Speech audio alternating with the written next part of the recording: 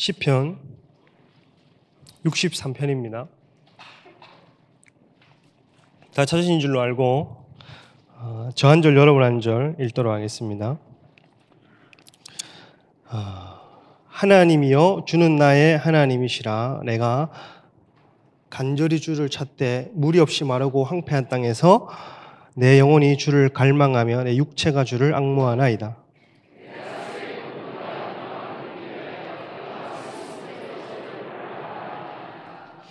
주의 인자하심이 생명보다 나음으로 내 입술이 주를 찬양할 것이라.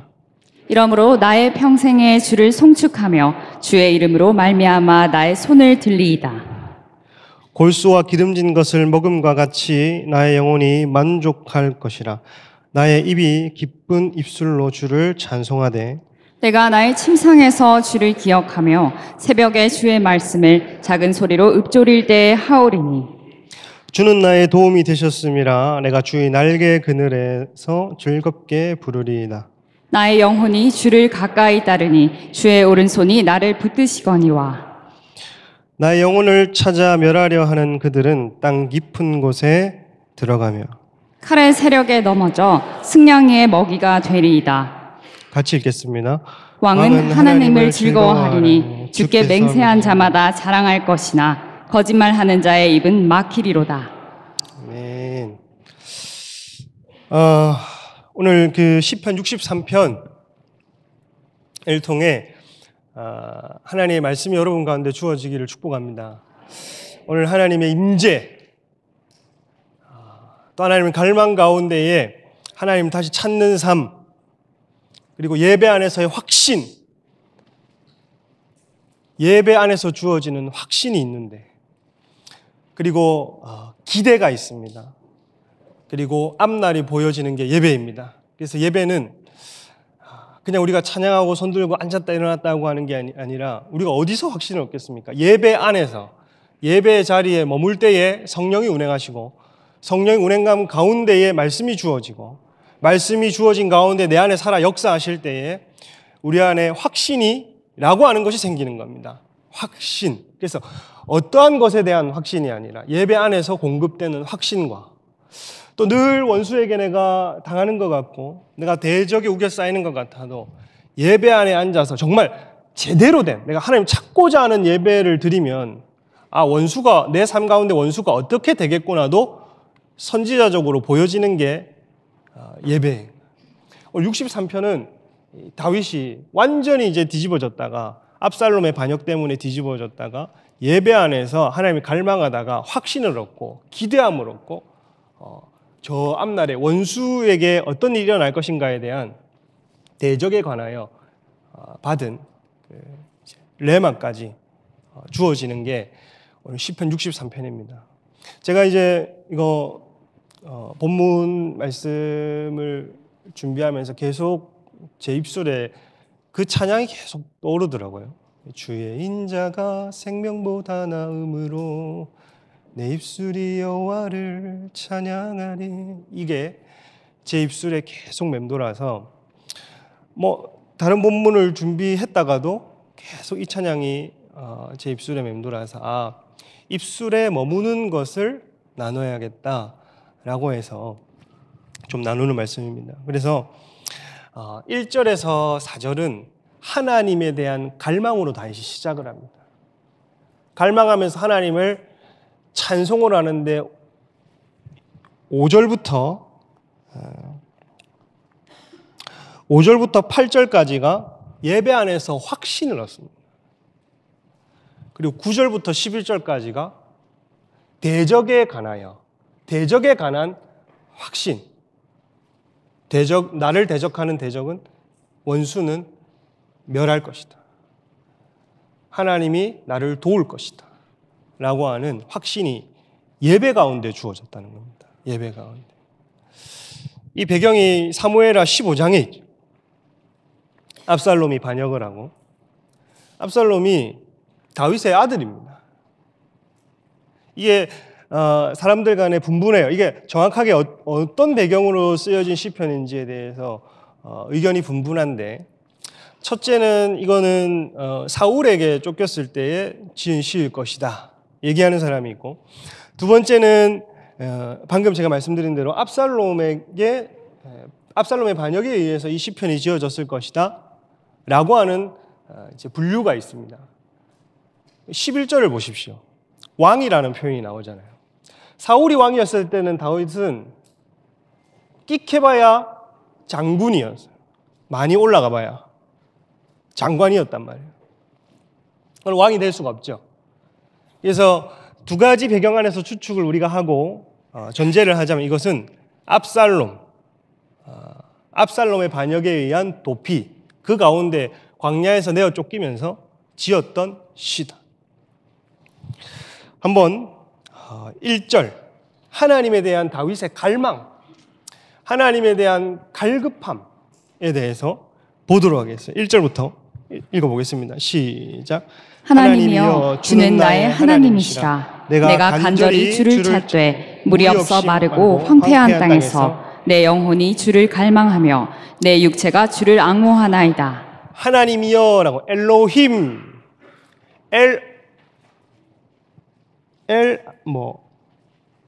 아도나이 이렇게 돼 있을까 아마.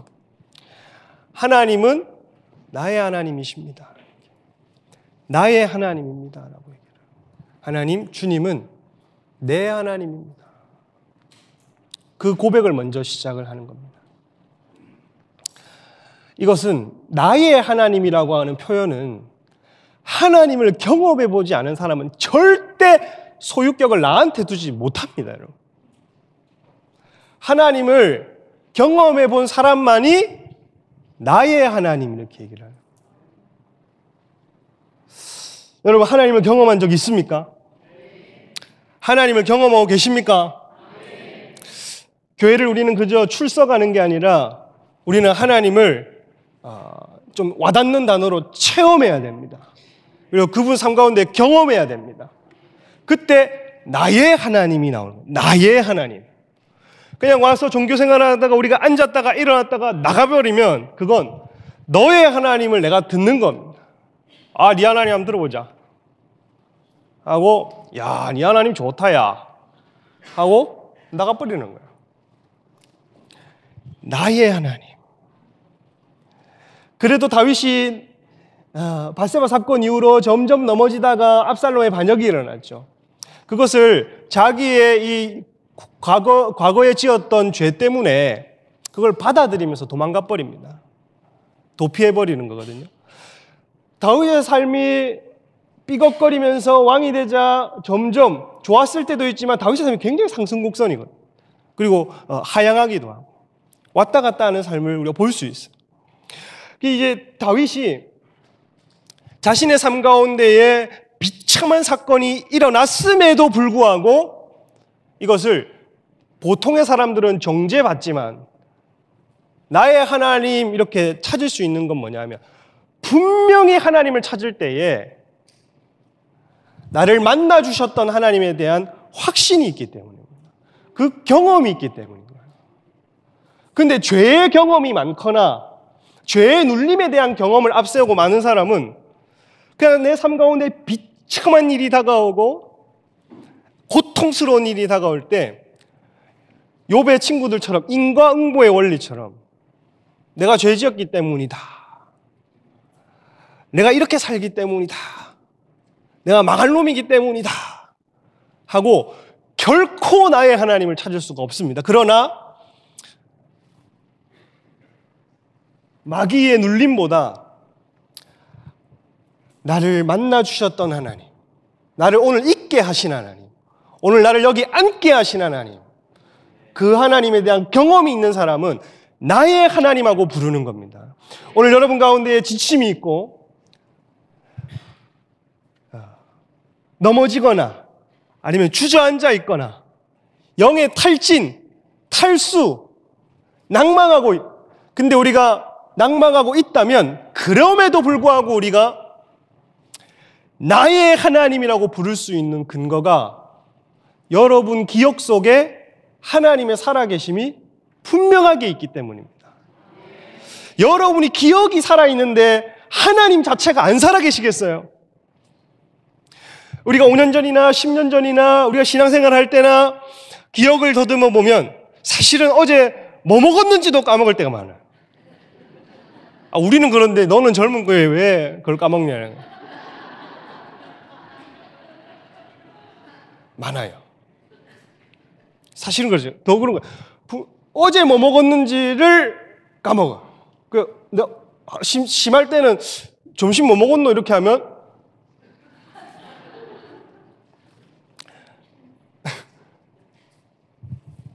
내 기억 안에 하나님이 나를 도우셨다. 하나님이 늘 나와 함께 하셨다. 하나님이 나를 지키셨다. 하나님이 나의 막루가 되셨다. 보호가 되시고 안전이 되셨다. 라고 하는 것은 어제 뭐 먹었냐보다 분명하게 우리 기억에 살아 있습니다. 그 우리 알량한 기억조차 우리 안에 살아 있는데 그 기억을 주신 하나님, 그 기억 속에서 역사하신 하나님, 살아 계신 하나님이 오늘도 우리 삶 가운데에 일하지 않으시겠냐는 겁니다. 오늘 하나님의 방문이 있기를 축원합니다. 오늘 하나님의 방문이 있기를 축원합니다. 예배 안에서 확신이 주어지기를 축원합니다. 여기 한번 보면 간절히라고 돼요. 참회라고 돼요. 참회. 목마름, 갈망. 여기서 이 간절이라는 말은 육체적 결핍을 얘기합니다. 보통 이 단어를 쓸 때는 육체적. 그러니까 다윗이 지금 여러분 시편에 지금 표제를 보면 뭐라고 적혀 있습니까? 다윗이 어디에 있을 때 쓴 시라고 되어 있어요. 광야에 있을 때니까 육체적인 필요가 지금 당장 무엇이겠습니까? 물이란 말이에요. 물이란 거처란 말이에요. 그래서 간절히 육체적 결핍에 의한 목마름, 처음에는 여기에 시작된 거예요. 내가 어떻게 하나 이제. 하나님이 지켜주시겠지. 나의 하나님, 왜 광야에서 나의 하나님을 찾았냐 하면 사울에게 쫓겼던 그 기억이 광야에서 10여 년을 넘게 도피 생활을 하면서 하나님의 살아계심을 기억한 거예요. 그 전적이 있는 거예요. 그러니 이제 심지어는 법궤도 놔두고 온 상황이거든요. 사독이 법궤를 가져가자라고 했음에도 불구하고 법궤를 성전에 두고 와라. 하나님이 은혜를 베푸신다면 내가 다시 예루살렘으로 돌아가겠고 하나님이 은혜를 베푸지 않으면 내가 벌을 받는 것이다 하고 자신의 지었던 과거의 죄를 인정하고 하나님의 손에 자신을 붙들림 바 되어서 광야로 가버립니다. 그 가운데 막상 와보니까 육체적 결핍이 필요했던 거예요. 그러면서 주를 찾되 샤하르라는 말인데 이게 강의형이라고 강조형으로 되어 있습니다. 능동태인데 아주 강조형을 피해령으로 되어 있는데 이건 미완료로 되어 있어서 간절히 그냥 찾다가 아니라 간절히 찾는 것을 얘기해요. 그 시리아의 이거 이제 이스라엘 팔레스타인 주변은 언어가 다 비슷비슷하니까 시리아어나 아람어를 보면 시리아 쪽에 보면은 이걸 눈이 멀도록 찾다라는 육신이 쇠하여지도록 찾다라는 그래서 주를 찾되 간절히 찾아 광야에 도피하게 되면서 물이 없고 막막한 상황에서 자신의 하나님을 찾는 거예요. 일단 육체적 결핍으로 시작이 되었습니다. 그렇지 않겠어요? 상황과 처지를 보니까 하나님 찾을 수밖에 없는 상황이 되지 않겠어요? 늘 궁궐에 있다가 광야에서 사울 도피하고 살았던 것도 수십 년 전이지. 오랜만에 광야 이제 다 노쇠하여져서 다시 광야로 내몰렸는데 뭐 어떻게든 옛날에 살아남았던 방법을 터득해서 살 수는 있겠지만 지금 당장 결핍이 있는 거예요. 그런데 내 영혼이 내 육체가 악무하나이다 라고 되어 있는데 카마흐라고 되어 있어요. 카마흐. 여기에 갈망하다가 구약에서 딱 한 번 쓰였습니다. 아까 앞에 참회 그리고 샤하르랑은 다르게 여기 딱 한 번 쓰였는데 이건 어떤 뉘앙스냐 하면 강력한 욕구를 얘기를 하는 거예요. 그리움. 그러니까 하나님에 대한 그리움인 거예요.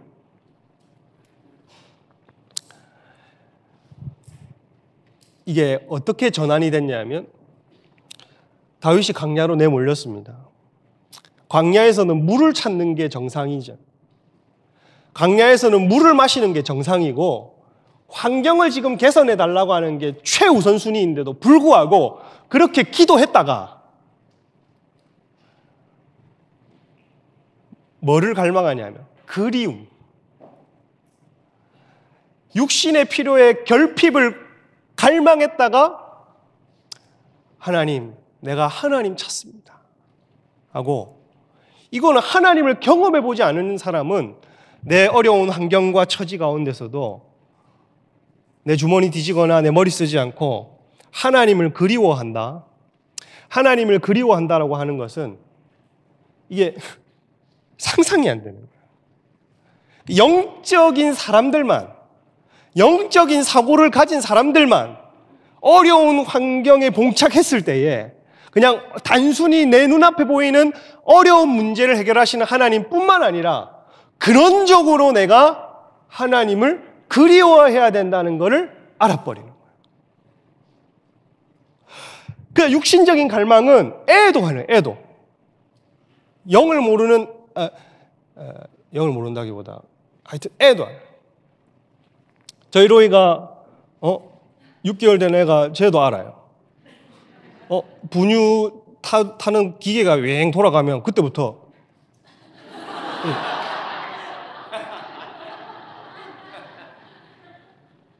그러다가 분유를 딱 눈앞에 보여주면 말을 못하니까 우리는 이게 너무 부담스러워요. 내가 이게 지가 말을 못하는데 그 허덕이는 그 어떤 이제 강아지처럼 이게 다른 건 모르겠는데 이 부분이 굉장히 부담스러워요. 아직도 저희는 부담스럽습니다. 도대체 이걸 어떻게 해줘야 되나?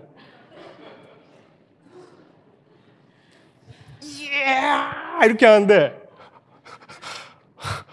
딱 버튼만 누르면 웽 돌아가면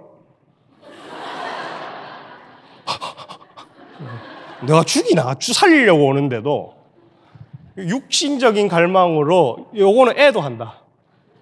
육신적인 갈망은 애도 본능적으로 아는 거예요. 근데 여기서 다윗은 내 물의 결핍이나 육신적인 결핍을 넘어서 안에 근원적으로 내가 하나님에 대해서 그리워해야 된다. 여러분 하나님에 대해서 좀 그리워해 보십시오. 지금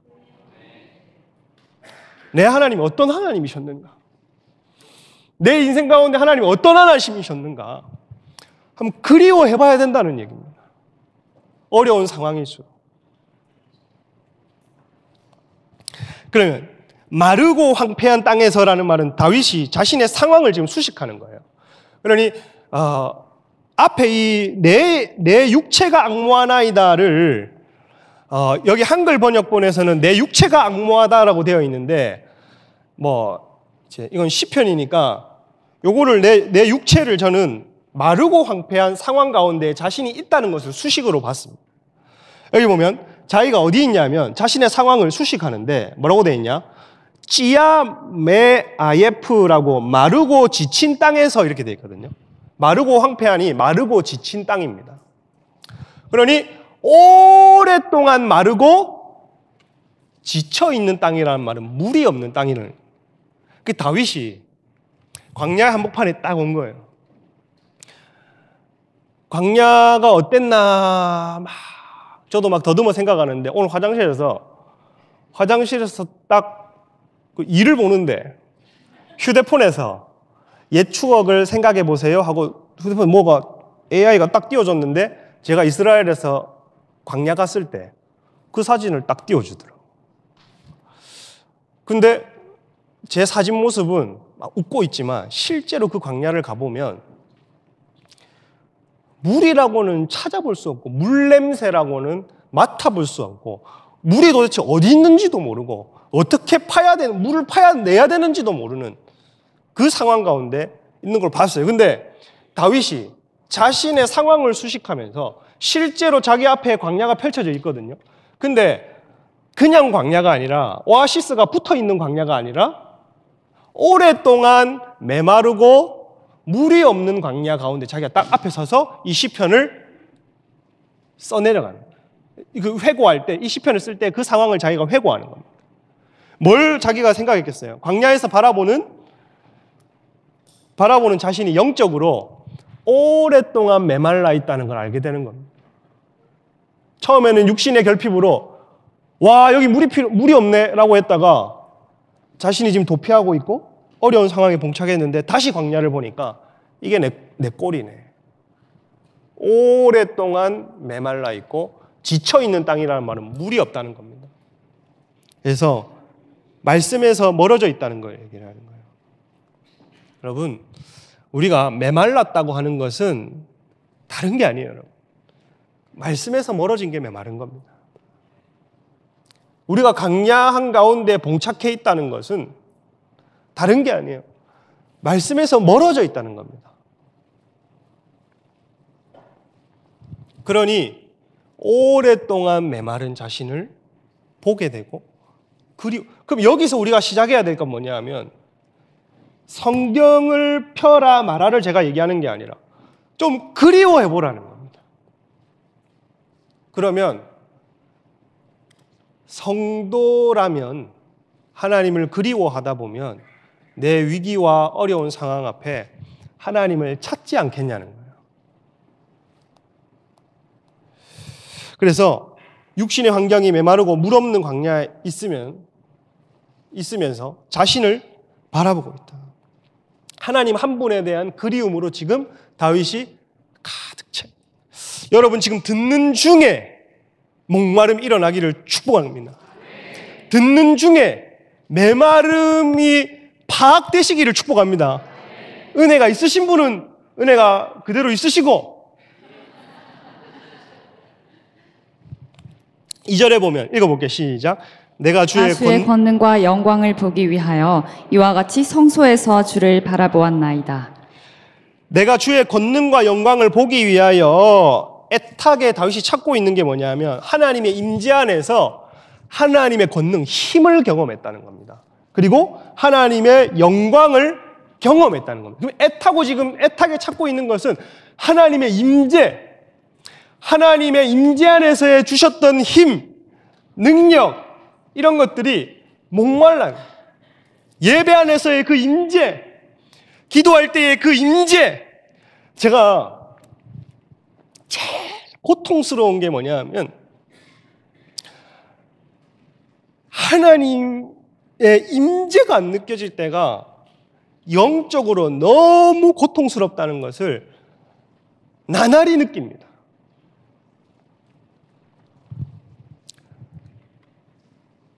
우리가 육신의 양식 밥 퍼먹으면 그만이고 혼의 양식 내가 오늘 영화관 티켓 끊어서 한 편 보면 한 편 때리면 그만이에요. 팝콘 씹으면서 한 편 때리면 그만인데 영의 이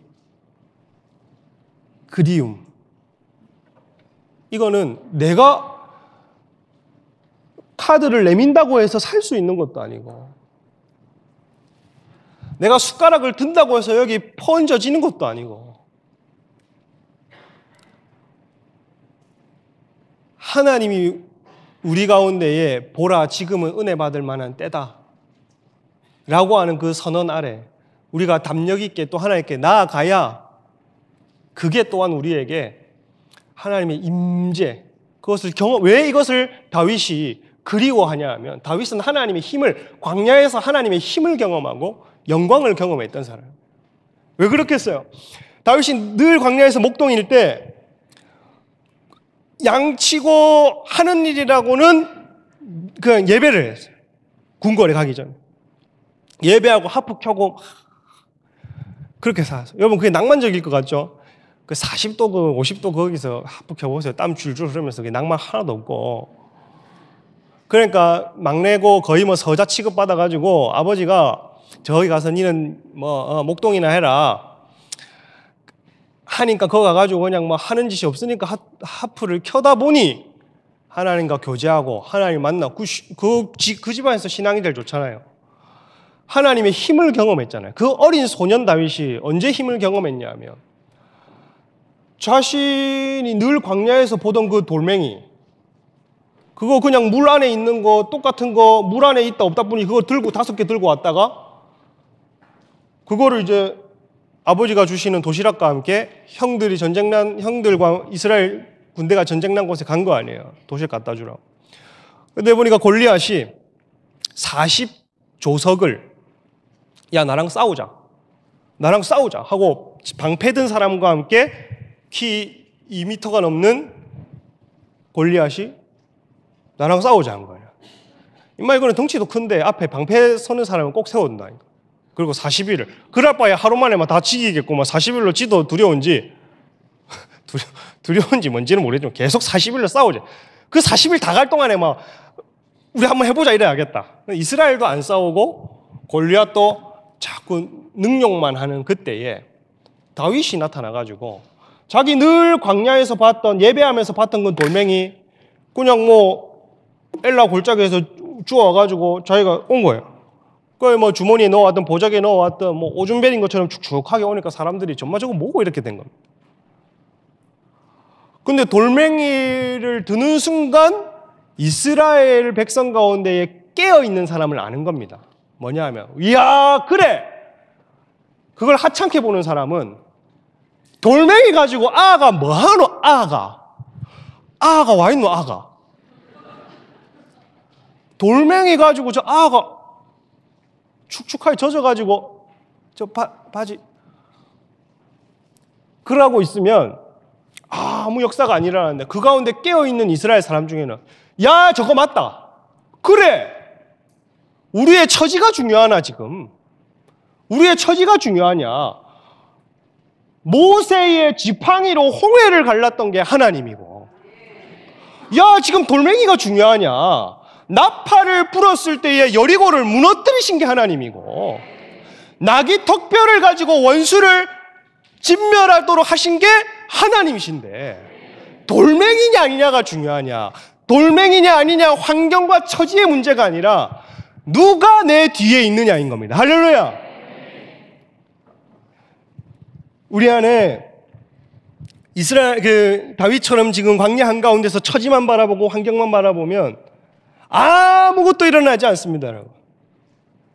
근데 이스라엘 사람들은 믿음의 조상 아브라함 때부터 우리의 선조들은 그리고 저와 여러분은 어떻게 살아가도록 세팅이 되었냐면 나의 처지를 보면은 답이 없고 나의 환경과 주변을 보면 답이 없고 환경과 처지와 상관없이 내가 돌멩이를 들었든 내가 지팡이를 들었든 내가 나팔을 들었든 내가 나귀 턱뼈를 들었든 내 손에 뭐가 있든지 간에 내 뒤에 누가 있느냐가 우리의 승리와 패배를 결정하도록 만드는 겁니다. 할렐루야. 오늘 여러분 주변에 그리고 여러분 손안에 있는 것들을 전혀 무관하게 여기시기를 축복합니다. 따라해 주시면 감사하겠습니다. 하나님이 우리와 하나님이 우리와 함께 한다는 겁니다. 누가 우리와 함께 하느냐. 다윗을 그거 경험한 거예요. 그러니까 하나님의 힘 그리고 여기 보면 하나님의 영광. 그래서 하나님의 법궤 안에서 하나님의 영광을 막 봤잖아요. 놀라운 하나님의 일들을 경험했답니다. 여기 봤다는 말이 여기 보면 바라보았나이다. 내가 바라보았나이다 이렇게 되어 있죠. 이와 같이 주를 바라보았나이다. 이게 하자로 되어 있는데 보통 라로 되어 있어야 되잖아요. 보다가. 근데 하자라는 말은 호재, 하존, 호재라고 해요. 선견자를 얘기할 때 그리고 하존, 이상과 환상을 얘기할 때 바라보는 걸 요걸 봐요. 그래서 다윗이 뭘 갈망하냐면 예배 가운데 하나님이 내 눈을 열어주셨고 예배 가운데 하나님 믿음의 눈을 열어주셔서 하나님을 보게 하셨고 신경 쓰이지 않게 하셨고 믿음으로 나아가게 하셨고 그리고 하나님 보여주신 것대로 내가 살게 하셨고 그거를 그리워하고 그 임재를 그리워하고 갈망했던 그 임재를 그리워한 것이다. 예배 가운데 그냥 아무거나 갈망한 게 아니라 하존 하나님이 환상 가운데 보게 하시는 것 그거를 체험했던 것. 그러니 예배 안에서 내가 주를 만나는 것 하나님의 임재에 대한 것 하나님이 나를 방문하시는 것 오늘 내가 하나님의 임재와 함께하고 있느냐에 대한 문제 이런 것이 있고 없고가 정말 성도의 신앙생활 가운데에 얼마나 갈급한 문제인지. 여러분, 우리가 예배 가운데에 하나님을 갈급해 합시다. 그건 다른 말로 하나님을 그리워하십시오. 간절히 그리워. 그래서 내가 하나님, 주의 권능과 영광을 보기 위하여 갈망한다. 3절에 보면 주의 인자하심이 생명보다, 읽어보겠습니다. 시작. 주의 인자하심이 생명보다 나음으로 내 입술이 주를 찬양할 것이라. 주의 인자하심이 생명보다 나음으로 내 입술이 주를 찬양할 것이다. 이 9절 앞에 키가 있는데, 키가 원래는 이유접속사잖아요. 뭐뭐 때문이다인데 이거의 결과를 나타내는 부사로 지금 여기 쓰였기 때문에 여기 한글 성격 번역은 나음으로, 무로라고 되어 있는 겁니다. 무로, 나음으로. 그러니 그냥 그걸 그대로 살리면 그러므로가 되는 거예요. 그러므로 주의 인자하심이 생명보다 나음으로, 이렇게 되는 거예요. 그러니까 뭐 길만 필요 없고 그냥 번역 괜찮겠다. 그래서 인자하심이는 헤세드라는 말인데, 은혜가, 여러분 보면 저기 여러분이 지금 성경 그 어플 있는 분들은 남성 명사로 되어 있죠. 그게 남성 명사로 헤세드가 되어 있을 때는 많이 어떻게 번역하냐면 변함없는 사랑, 신실한 사랑을 많이 그렇게 주로 번역을 하게 됩니다. 그래서 여기에 나오는 헤세드, 인자하심은 하나님의 변함없는 사랑과 신실한 사랑을 얘기해요. 그래서 하나님은 다윗을 사랑하시기 때문에 힘과 영광을 보여주신 겁니다. 하나님이 우리 교회 가운데에, 저와 여러분의 목장 가운데에, 저와 여러분 개인 신앙생활 가운데에 하나님이 보여주시고 알게 하시고 경험하게 하시고, 그게 많으면 많을수록 덜 사랑하고 더 사랑하고의 문제를 떠나서 우리가 잘나서가 아니라 저희 교회가 열방과 여러 곳곳에 하나님이 남들보다 더 보여주신 것들로 쓰임받고 있거나, 여러분 개인 생활 가운데 영이 충만해서 내가 더 뭔가를 체험하고 경험하고 있거나, 이게 다윗이 그리워하고 갈망하는 것, 이게 언젠가는 사라질 수도 있는 영역이고, 다윗도 그렇잖아요. 내가 다시 찾고 싶다 하잖아요. 없어질 수도 있는 영역이고, 하나님이 안 없어지는 거지. 하나님이 주신 이런 경험들이나 은혜들과 침묵하심도 없어질 수도 있고 다시 올 수도 있는 건데, 그게 우리의 어떠함이 아니라 하나님이 저와 여러분을 사랑하시기 때문에, 하나님이 이 교회를 사랑하시기 때문에, 그냥 그저 사랑하시기 때문에 주신 것이지 저와 여러분의 자랑은 아무것도 없습니다. 사랑하시기 때문에. 저희 생명수교회가 이번에도 여름 단기 선교를 대충 이제 반올림에서 15팀 정도, 기억이 안 나. 아까 제가 말했잖아요. 기억이 안 납니다. 어제 제가 파악했는데 기억이 안 나요. 12인지 13인지 분명히 봤는데 기억이 안 납니다. 그래서 대충 반올림하거나 반대림을 해서 15으로 한 저희 생명수교회 여름에 단기 선교팀이 열방으로 15팀이 국내로 나갔고, 이 교회의 3분의 1에 가까운 성도가 선교를 나갔죠. 그리고 한 100명 정도가 복음을 듣고 영접을 했습니다. 이게 하나님의 놀라운 은혜고, 여러분 한 사람 한 사람에게는 경험이고, 한 목장에게는 좋은 경험이고 은혜입니다. 이게 다른 게 아니라, 다른 데서 나오는 게 아니라 하나님이 우리를 사랑해 주시기 때문에, 하나님이 우리를 사랑하시기 때문에. 그래서 다윗은 하나님의 사랑이 자기 생명보다 낫다고 얘기를 하는 겁니다. 왜 그러냐면 사람의 삶과 생명은 변합니다. 주의 인자가 나의 생명보다 나음으로, 인자가 생명보다 나음으로 안 와닿잖아요. 근데 사람의 생명은 변하잖아요. 한결같은 하나님 사랑이라 했지 않습니까? 나도 나를 향해서 한결같지 않잖아요. 어제나 오늘이나 여러분도 여러분을 향해서 한결같으십니까? 안 같단 말이에요. 우리의 생명이 한결같습니까? 안 같단 말이에요.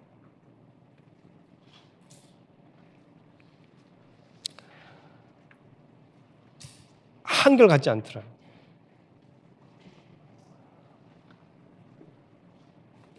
체력만 봐도 제가 그래도 오래 달리기를 꽤 할 수 있었고, 그리고 그 달릴 때 그 이제 스프린트 속도도 아주 빠른 편이었어요. 왜 비웃죠? 빠른 편이었고, 용수철처럼 튀어나갔어요. 제가. 왜 웃는 거예요? 딱 제자리 멀리 뛰기를 딱 하잖아요. 비공식적으로 부상 기록을 딱 깼다니까 제가. 웃네. 아니 우리 고등학교 쌤이 말했어요. 이게 하다가 딱 야 다시 재봐 하는 거야. 왜 그러냐니까. 비공식, 이거 공식, 지금 대회가 아니라서 공식이 아니지만 부산 최고 기록을 깼대. 그때 저는 자부심을 가지고, 이야, 다른 건 몰라도 폴짝 잘 뛰고. 그리고 제가 순발력이 빠릅니다. 아주 순발력이 빨라요. 왜 웃어? 푸 소리가 왜 나는 거야? 이거는 능멸이잖아요. 제가 저희 이제 근래에 우리가 부산에서 화재가 많이 났잖아요. 올해 한 30년, 20년 된 아파트 화재가 많이 났잖아요. 그래서 저도 항상 이제 우리 아파트도 화재 날 수 있겠다고 시뮬레이션 항상 그려봤어요. 그래가지고 딱 얘기했어요. 우리 6개월 된 애랑 애 엄마랑 같이 앉혀놓고, 자 우리가 한번 그 시뮬레이션을 그려야 된다. 지금 화재가 지금 한 달에도 지금 부산에서 2-3군데가 났기 때문에, 자 일단은 내가 물을 적셔가지고 수건을 줄 테니까 아이를 당신이 들어라. 그리고 나는 빨리 내 수건을 들어서 하고, 일단 불이 밑에서 나면 우리는 옥상으로 간다. 그리고 불이 위에서 나면 우리 바로 밑으로 간다. 그리고 불이 났을 때에 전혀 우리 집 밖으로 나갈 수 없으면 우리는 일단 화장실 제일 구석으로 숨어서 틈을 막아놓는다. 시뮬레이션 항상 그려놨어요. 그래서 이게 뭐 가족 회의까지는 아니지만 제가 이제 지침을 다 내려줬단 말이에요. 근데 한 2주인가 3주 전에 아파트 새벽 2시인가 3시인가 그때 설교 준비하는데 웽 화재 경보가 나는 거예요. 저희 동에. 아마 권대희 장로님이랑 다 몰랐을 거예요. 화재 경보 웽, 우리 같은 동인데 저만 알았을 것 같은데 웽 하는데 저는 설교 준비하다가 알잖아요. 웽 왔다, 드디어 왔다. 오면 이게 뭐야? 갑자기 저희 아내도 여보 이게 뭐야? 가만히 있어! 내가 원래 시뮬레이션은 물을 적셔주고 입에다가 매주고 그냥 애새끼도 입에 딱 매주고 가는 건데, 처음 할 수 있는 행동은 가만히 있어! 하고 횡만으로 달려가서 불이 나나 안 나나를 본 거야. 근데 불이 안 나. 연기도 안 나. 그리고 현관문을 딱 여니까 조용해요. 우리 아파트에 아무도 이 화재 경보음 때문에 나오는 사람이 없어. 그래서 여보 불이 났어? 불이 났어? 가만히 있어봐! 다시 거실로 가가지고 베란다 문을 딱 열었는데 위에도 불이 안 나고 밑에도 불이 안 나. 네, 저희 아내가 그 말을 마지막으로 해줬어요. 참 빠르다. 이게 증인이 있어야 되기 때문에 빠르다는 거 설명하려고 지금 이거 얘기해요. 인정한 게 뭐냐, 그 진짜 불이 났으면 다 죽었을 상황이지만 지침대로 안 했기 때문에. 그래, 와 진짜 뭐 진짜 빠르다 이러는 거야. 그런데 그 남자들은 단순해. 또 아내가 빠르다면 그래 빠르지, 빠른 거 이제 알아. 빠르지? 그 방에 들어가면서 오케이, 그래. 어떻게 첫 술에 배부르냐? 다음에 불라면 제대로 하자. 뭐 하다가 이래 됐지? 왜 빠르다는 거 내가 써? 자기 생명보다 낫다. 생명에서 왜 빠르다가 나온 거야? 생명이, 그렇지. 왜 그러냐?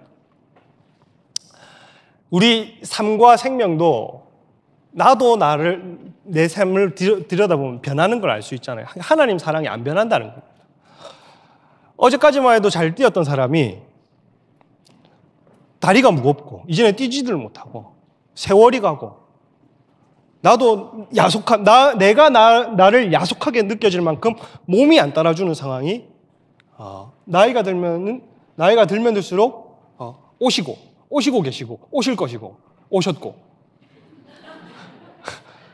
그렇게 살아가는데 한날 건강했던 사람도 하루아침에 아플 수 있는 거고 그러니 생명은 나의 생명보다 나음으로라는 말이 왜 나왔냐 하면 내 생명도조차 나한테 변화가 있고 나와 상관없이 변해가는데 하나님의 사랑은 나를 향하여서 변함이 없다는 거예요. 변치 않고 신실한 사랑이라는 거예요. 그 사랑이 있기 때문에 주의 인자가 생명보다 나음으로 내 입술이 여호와를 찬양하네. 내 평생에 주를 찬양하며 주의 이름으로 내 손 들리라. 이 찬양이 나오는 겁니다. 그래서 4절에 보면 그러므로 나의 평생에 한번 읽어보겠습니다. 시작. 이러므로 나의 평생에 주를 송축하며 주의 이름으로 말미암아 나의 손을 들리이다. 그러므로라는 말이 can이라는 말인데 그와 같이 자기 평생의 주를 송축하며 하나님 나의 손을 들고 주의 이름을 찬양하겠다 이렇게 맹세를 하거든요. 이게 무슨 말이냐? 손을 들고 앞에는 주의 인자가 나의 생명나음으로 내 입술이 여호와를 찬양합니다. 이와 같이 내 손을 들고 주님을 찬양합니다. 여러분, 손을 들고 주님을 찬양하는 것은 여러 가지 뜻이 있는데 중보기도 할 때는 영적인 싸움을 얘기를 하지만 예배할 때 찬양할 때에는 이스라엘 사람들이 찬양할 때 두 손을 높이 들고 이렇게 찬양을 할 그러면 여기 오목하게 파인 부분이 있잖아요. 하나님, 비어있는 삶의 구석구석 비어있는 삶의 많은 영역 하나님 채워주십시오. 나도 어쩔 수 없는 내 삶의 많은 모난 부분들과 구석구석 하나님 채워주십시오. 하나님 신뢰합니다 하고 두 손을 드는 겁니다.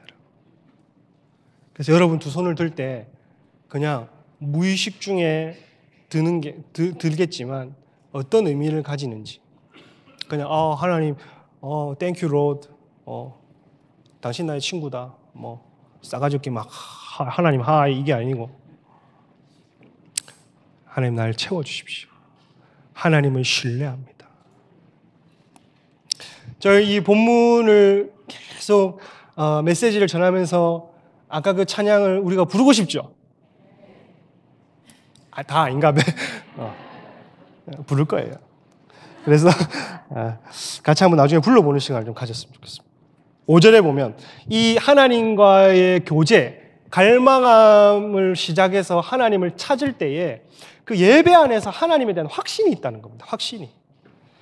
5절 읽어볼게요. 시작. 골수와 기름진 것을 먹음과 같이 나의 영혼이 만족할 것이라. 나의 입이 기쁜 입술로 주를 찬송하되. 골수와 기름진 것. 골수, 헬레브라는 말인데 지방, 기름기가 있고 그리고 기름진 것이 어근이 다시엔에서 왔는데 다시엔이라는 말이 살찌다라는 동사에서 왔거든요. 그러니까 기름지고 살찐 것을 먹음과 같이 내가 만족한다. 예배 안에서의 어떤 그 유익이 뭐냐 하면 예배 안에서만 내 영혼이 만족을 누린다는 겁니다. 배부름이 생긴다는 거예요. 이 기름지고 살찐 고기 부위를 먹는 것처럼 내가 배부르고 풍만하다는 겁니다. 기름지고 살찐 부위 어떤 부위냐?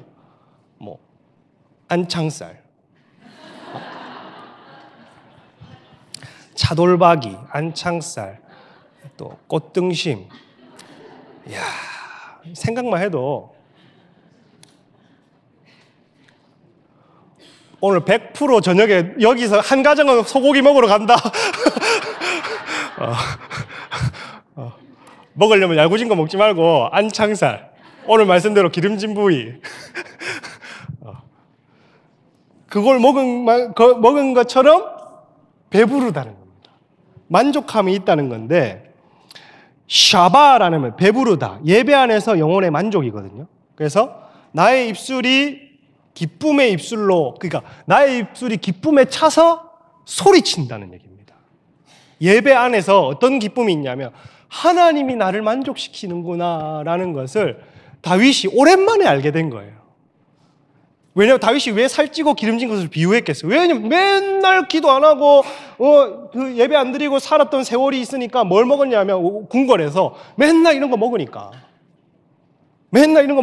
이제 광야에 나와서는 비유할 수 있는 게 이런 겁니다. 아, 기름지고 살찐 부위를 먹는 것처럼 내가 만족한다라는 것을 어떻게 얘기를 하냐면 입술이 기쁨에 찬 입술로 주님을 찬양한다 이렇게.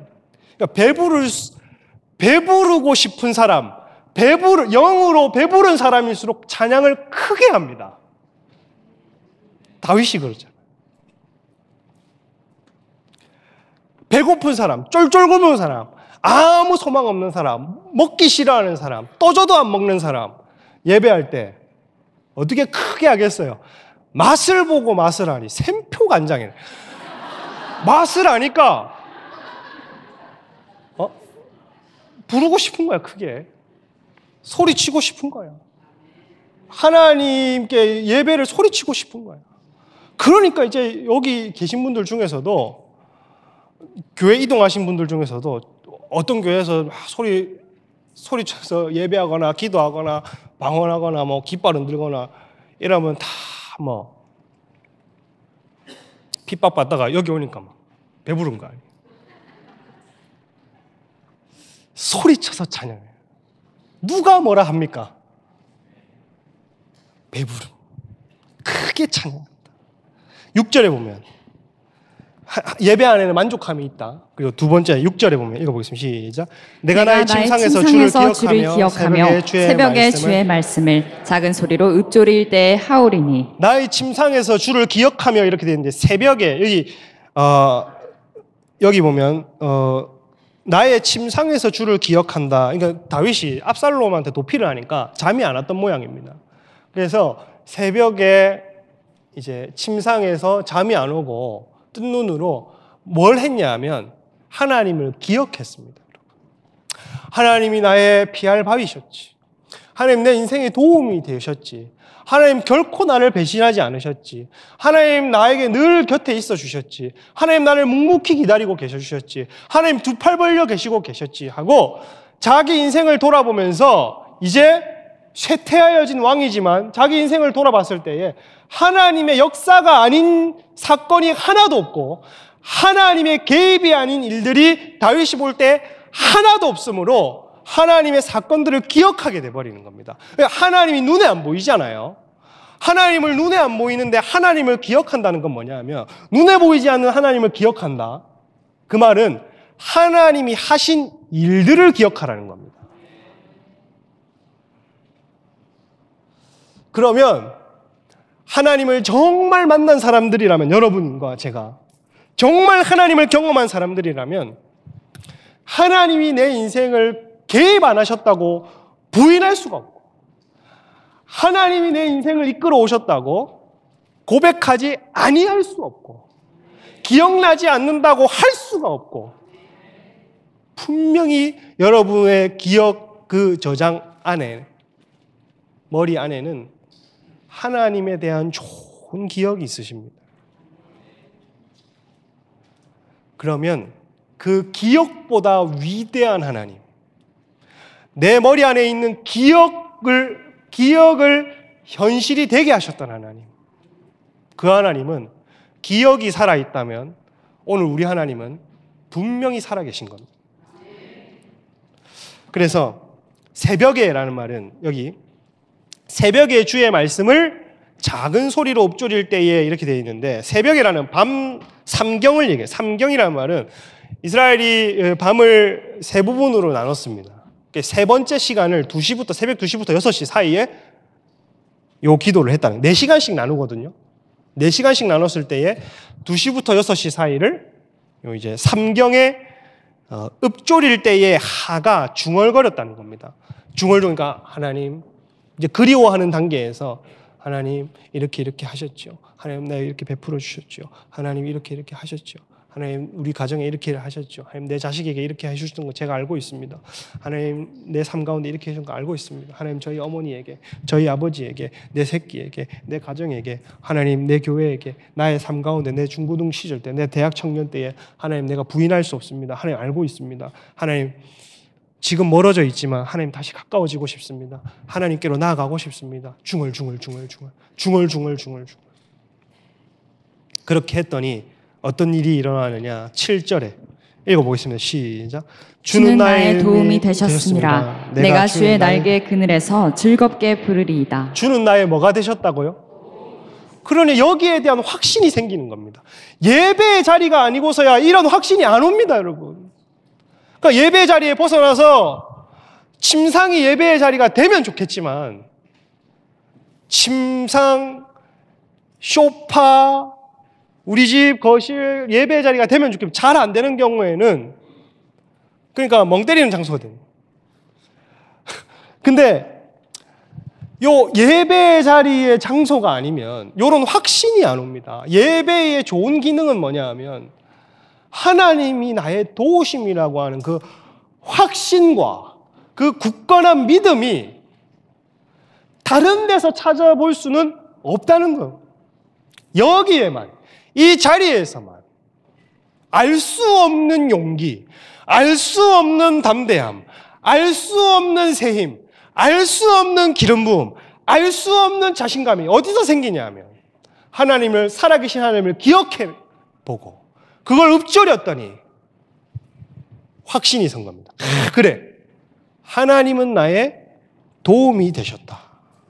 내가 주의 날개 그늘 아래 즐겁게 부르리이다. 하나님의 보호 아래 있겠습니다. 아까는 밤이 압살롬이 언제 쳐들어올까 두려워서 새벽에 잠도 못 자고 중얼중얼 했는데, 갑자기 2시부터 6시까지 4시간 안에 막 기도와 예배를 했더니 그 가운데 확신이 생기면서 하나님, 내가 광야여도 안전합니다. 내가 이 광야 한밤중이라도 안전합니다. 우리의 처지와 상관없이 하나님 안에 있을 때 우리가 안전한 겁니다, 여러분. 우리가 어디에 있느냐, 어느 사람, 의지되는 사람 누구와 함께 하느냐, 내가 어느 장소에 있느냐가 안전한 게 아니라 어느 때에든지 어느 시간에든지 어느 상황에든지 하나님 안에 있을 때에 그분을 그리워하고 그분을 두 손 들고 예배하고 그분을 읊조리고 그분이 하셨던 일들을 기억할 때에 확신이 주어진다. 하나님의 변함없는 사랑은 나를 도우시고 보호하심으로 나타난다. 8절에 보면 또 예배 안에서 어떤 확신이 생겼냐. 다윗이 읽어보겠습니다. 시작. 나의 영혼이 주를 가까이 따르니 주의 오른손이 나를 붙드시거니와. 나의 영혼이 주를 뭐하니? 가까이 따르니. 다라크라는 말인데 달라붙다라는 겁니다. 이 미완료형으로 되어 있어서, 완료형으로 되어 있어서 달라붙었는데 어떤 대상에게 고정시키는 말입니다. 달라붙다는 말. 어떤 대상에게 내가 고정되어지고 밀착되어지는 걸 얘기를 합니다. 그래서 내 영혼이 주를 가까이 따르리니 라는 말은 내 영혼을 주님께 고정시킵니다. 주님께 밀착시킵니다. 하나님, 다른 격가지에, 주변 환경에, 사람 소리에, 하나님 내 삶과 내 생각에, 하나님 주변 소리에, 환경과 처지에 하나님 고정되었던 내 마음들, 내 분산되었던 내 생각들, 내 감정들, 내가 기도의 자리에 앉았지만 다시 일어나서 육신의 생각을 따라서 쫓아가고 싶은 내 고정된 내 육신의 방향들 전부 다 하나님 다 모아서 하나님 밀착시킵니다. 하나님께 고정시킵니다. 그랬더니 그럼 밀착하는 방법과 고정하는 방법이 뭐겠어요? 하나님을 그리워하고 그로부터 인한 예배, 하나님을 더듬어 찾는 것, 그리고 하나님께 두 손을 실제적으로는 두 손을 들고 예배하는 것, 그 가운데에 붙드시거니와라는 말이 있는데 이것도 완료형입니다. 하나님이 다윗의 영혼을 오른손으로 붙드셨다. 그러니까 변함없는 사랑이 또 어떻게 나타났냐 하면 성도를 붙드는 것으로 나타났다는 겁니다. 어디에 확신이 생겼냐 하면 예배 안에 하나님이 계시고 하나님이 내 인생을 쥐고 가고 계신다는 것을 확신해버린 겁니다. 다윗이. 내가 다시 예루살렘으로 가겠구나. 하나님 내 삶을 쥐고 계시겠구나.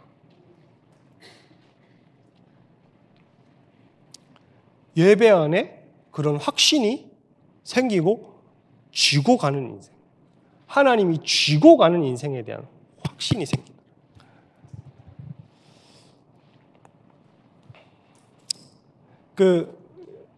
진짜 실제로 예배 안에 말하니까 두 가지가 있었어요. 제가 선교를 결정한 이유, 지금 선교사가 되지 않고 방향이 틀어졌지만, 그냥 단순하게 예배 가운데에 목사님이 로마서를 하시다가 예루살렘이 다시 회복되고 예수님이 그곳에 재림하신다. 이스라엘이 회복된다. 이방인의 충만한 수가 차고 이스라엘이 돌아오면 예수님이 곧 감난산에 재림하신다. 이런 말씀을 이스라엘 회복장을, 민족의 회복장을 놓고 푸실 때에, 그때에 저 20대 그냥 딱 20살 때였나 21살 때였는데 그게 믿어져 버리더라고요. 거기에 대한 확신이, 말씀 가운데 희한하게 그 말씀이 확신이 돼요. 아, 저렇게 되겠다. 확신이 되어지고 제 삶 가운데에. 그러니 그렇게 기도가 나오고 지금까지. 그리고 저희 어머니 장례식 때 저희 할머니랑 저랑 남았을 때, 저희 아버지랑 저랑 지금은 사이가 좋지만 그렇게 안 됐을 때, 그때에도 장례 예배 중에 그냥 목사님이, 제가 그때 17살이었는데 어머니가 돌아가셨으니까 제 인생을 하나님이 책임지십니다. 그러니까 석호의 인생을 하나님이 책임진다고 하나님이 말씀하셨습니다라는 게 다른 말씀을 안 들어오는, 그게 그냥 무슨 장풍 쏘는 것처럼 확 들어오더라니. 그래서 나 힘들 때마다 그거 생각한다니까요. 이게 석호의 인생을 하나님이 책임지십니다. 이 문장 하나가 그냥 막 무림 고수가 쏘는 장풍이 확 오는 것 같아 오더라니까. 그때는 부모에 대한 원망이 많아서 장례식 때 제 눈물을 안 흘렸습니다. 부모에 대한 원망이 상처가 많은 시절이라서 눈물이 안 나는 거야, 장례식 때.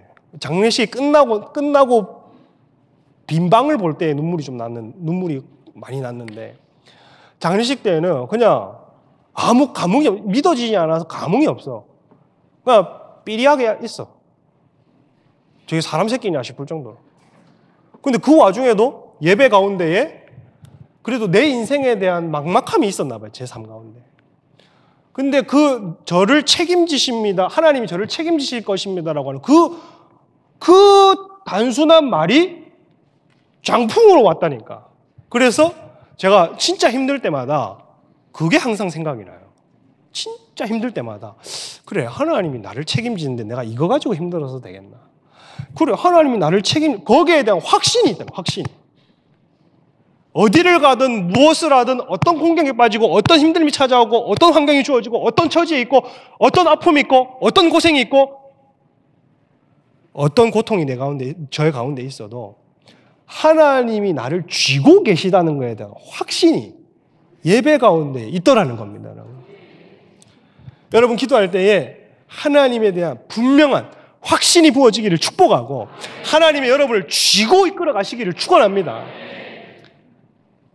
그리고 대적들에 대한 확신이 있는 거예요. 이제 9절에서 10절인데 9절을 한번 읽어보겠습니다. 시작.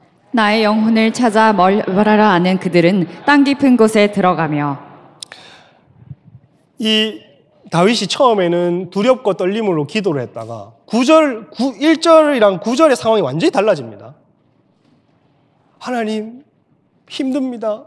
목마릅니다. 주님 갈급합니다. 했다가 대적들에 대한 예언을 막 하는 거예요. 예배 안에 이런 것들 이상이 아까 다윗이 얘기했던 이상이 회복된 거예요. 어떤 감각이 회복됐나 봐. 아, 이렇게 되겠구나. 예배 자리에 멀리 있을 때에는 압살롬이 나를 죽일 것 같고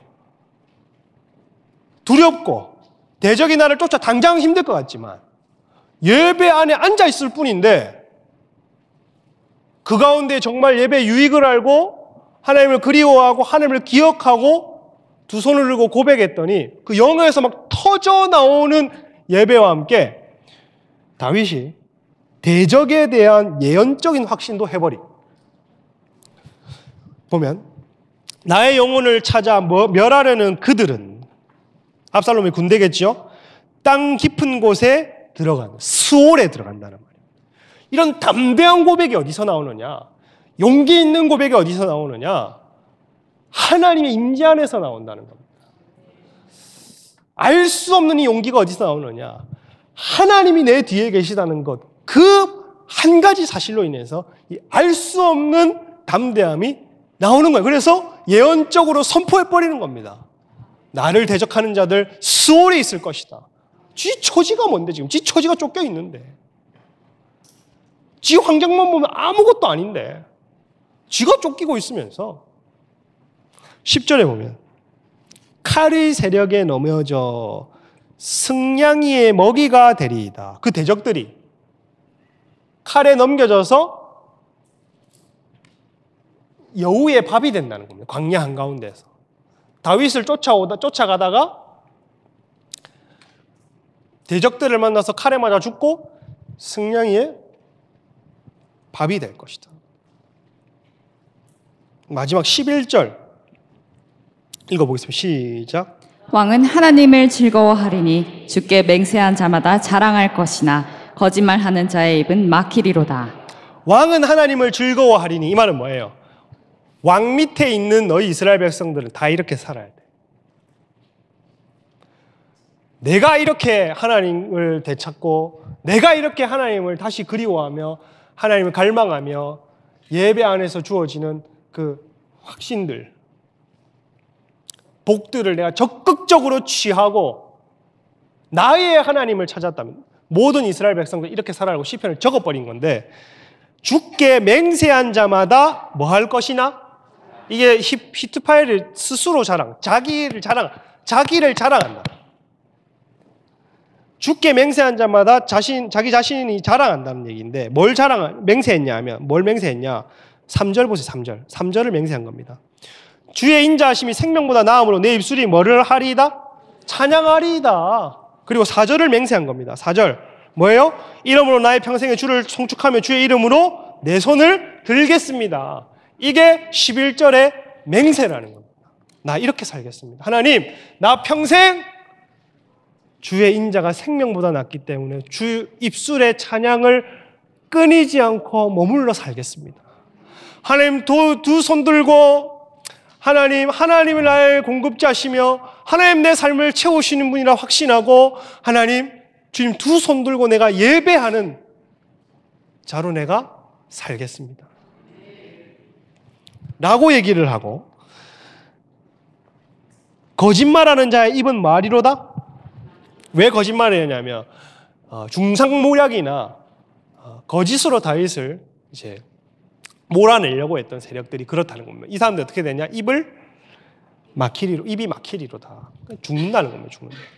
이 사람들은 이 대적들은 예배할 수 있는 입도 없고 예배를 할 수 있는 입술도 없고 막혀버리는 거예요.